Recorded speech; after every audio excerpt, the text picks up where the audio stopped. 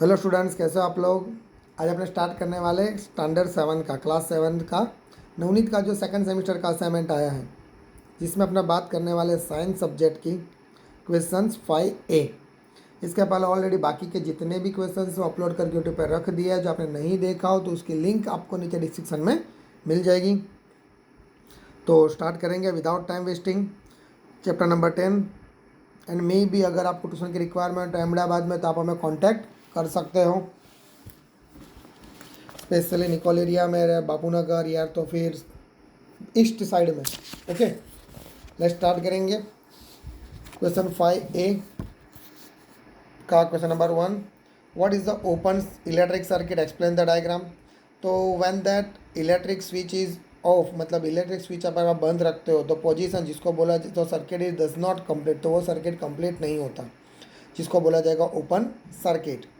And ये circuit होता है जिसमें से करंट फ्लो नहीं हो पाता। लाइक अगर स्विच बंद करता हूँ तो अगर उसमें से स्विच बंद करता हूँ मतलब लाइट क्या होगी, बंद हो जाएगी, मतलब करंट पास नहीं हो रहा है, तो उसको बोला जाएगा क्लोज ओपन सर्किट। बट जैसे मैं स्विच चालू करता हूँ तो स्विच करंट ऑन हो जाएगा, राइट, जिसको क्लोज सर्किट बोलते हैं, right.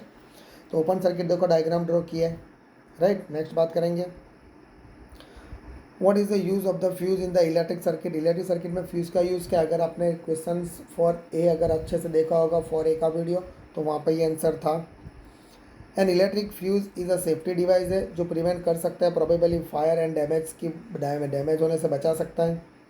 It consist of the wire is made up of the special materials which quickly melt हो सकता है, break and the excess amount of that current pass through it. When the current flowing through the circuit is exceed the safe limit, इसके अलावा the fuse blow off the melt because the heat generate and the break the circuit. Heat generate हो जाएगा, break होगा circuit को। Next question number 3, what is a short circuit and what harm does it causes. तो short circuit की बात करेंगे, wire a positive terminal and negative terminal to touch each other. अगर positive terminal एक दूसरे के साथ, अगर पॉजिटिव नेगेटिव एक दूसरे के साथ टच हो जाते हैं तो उससे होता है short circuit. when the insulation on the conducting wire breaks due to the wear and tear, or when there is some defect in the device, there is a probability of the short circuit. In the circuit at the time of short circuit there is a spark होना start हो जाएगा and catching, जो spark होगा तो वो क्या करेगा, fire को कैच कर लेगा, right. Next, what is an overloading and what harm does it cause. तो ओवरलोडिंग की बात करेंगे, when many electrical devices are connected to the single socket के साथ कनेक्टेड होता है electricity, excessive electric current flow through the conducting wire में से होगा। When this electric current exceed, मतलब ज़्यादा अमाउंट में अगर करंट पास होगा सो कंडक्टिंग वायर में से, so that conducting wire is heat होना स्टार्ट हो जाएगा।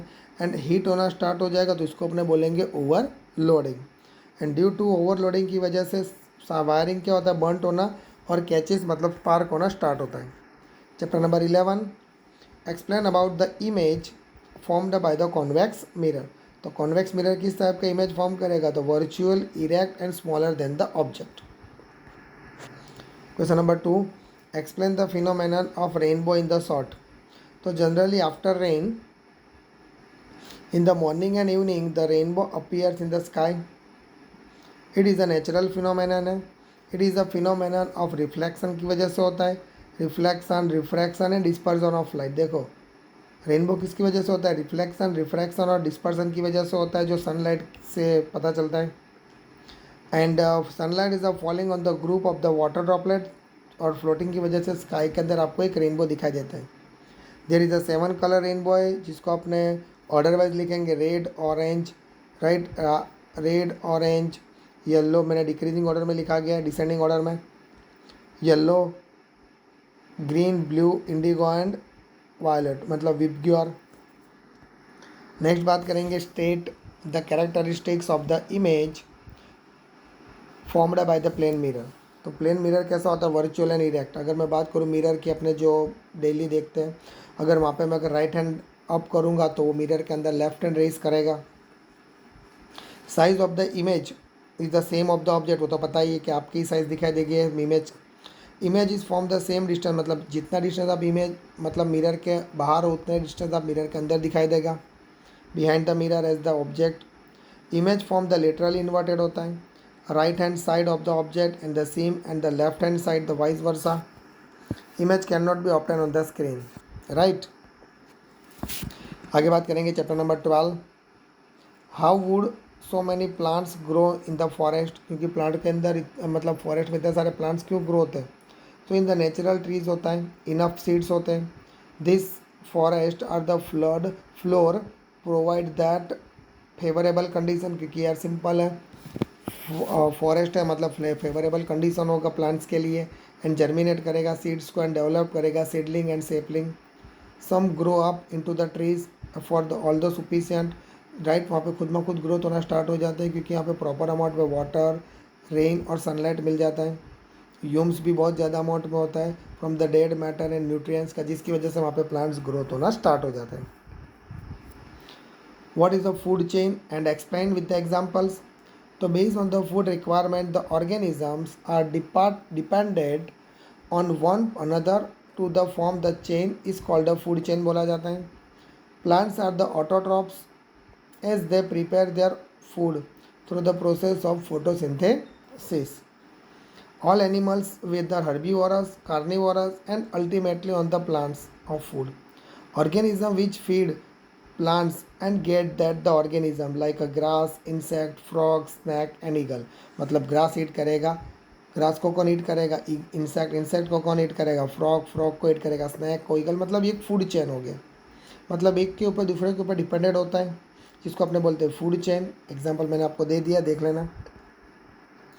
Question number 3, explain how animal dwelling in the forest helped it to grow and regenerate.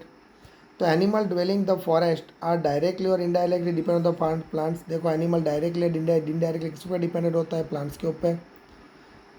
They obtain the nutrients, वो nutrients लेता है, and excrete करता है, मतलब प्लांट जो भी एक्सक्रिएट वेस्ट करता है। सच अ वेस्ट, उसमें क्या होता है, न्यूट्रिएंट्स होता है, वही न्यूट्रिएंट्स किसको मिलता है, प्लांट्स को मिलता है। Forest plant grow using the nutrients, forest क्या करेगा, वही प्लांट न्यूट्रिएंट्स को यूज़ करेगा और ग्रोथ होना स्टार्ट हो जाता है। Certain animals help in the pollinations and seed disperse of the plants. So germination होगा, ग्रोथ होगा एंड रीजनरेशन होगा of plants on the forest and lands and take place. Thus the animals dwelling into the forest help to the grow and regenerate, right? Okay, next. Question number 4.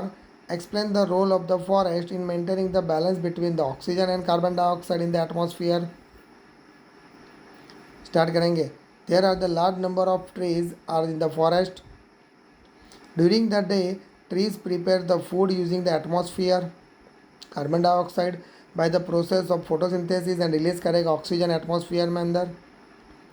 Animal use the oxygen, animals क्या करेगा, oxygen use करेगा, carbon dioxide मतलब carbon dioxide, मतलब अगर humans की बात करें, human oxygen use करता है, कार्बन डाइऑक्साइड रिमूव करता है, और प्लांट्स क्या करता है, वही कार्बन डाइऑक्साइड को यूज़ करके ऑक्सीजन रिमूव करता है। इसीलिए एनवायरनमेंट के अंदर क्या होता है, बैलेंस बनाया रहता है प्लांट्स और एनिमल्स का। आगे बात करेंगे chapter number 13, what do you think about the better housekeeping the practices. तो cooking oil and the fats should be not be thrown in the down in the drains. देखो cooking fats और oil आपको drain के अंदर नहीं फेंकना चाहिए। They are harden, वो क्या करेगा, पाइप को ब्लॉक कर देता है। Chemical like the paint, solvent, उन ऑयल्स, इंसेक्टिसाइड्स, मेडिसिन, उन सबको भी वाटर के अंदर नहीं डालना चाहिए। Use tea leaves, use the tea leaves, solid food remain, soft toys, cotton, sanitary towels etcetera are the thrown into dustbin में फेंकना चाहिए, right. Next question, state the alternative arrangement for the sewage disposal to improve the sanitations, low cost on the site and sewage the disposal system are being the encouraged. Example of the septic tank, chemical toilets, compositing pits, septic tanks, right। उन सब का septic tank क्या होता है, जो places होता है there is the no sewer from hospital, isolated during the cluster of 4 to 5 hours, राइट। 4 to 5 वहाँ पे रखना चाहिए।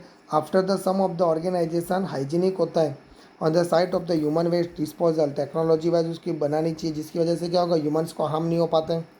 This toilet do not require the scavenging, excreta from the toilets seats flow through the covered होना चाहिए drain से and biogas plant से, right. Okay, the next question, question number 3, what is the sludge, explain it, how to treated. तो sludge is the collected of the solid waste, collect करता है waste water treatment plant. Sludge are the treated separated the tank and anaerobic bacteria, तो carry करेगा decompositions, biogas product during it and is activated करेगा sludge in 97% of water के अंदर। This water are the remove हो जाएगा sand and the drying beds of the machines. Next the last question की बात करेंगे। Explain the function of the bar screen in the waste water treatment plant. The function of the bar screen the removal करेगा rag, sticks, can, plastic packets etcetera को वो क्या करेगा, remove करने का काम करता है, राइट। सो दैट्स वाई यहाँ पे अपना वीडियो फिनिश होता है और यहाँ पे अपना साइंस का जो क्लास 7 का जो पूरे क्वेश्चन आंसर यहाँ पे फिनिश होते हैं, पूरा असाइनमेंट में भी। वीडियो पसंद है वीडियो को लाइक और चैनल को सब्सक्राइब करना मत भूलना।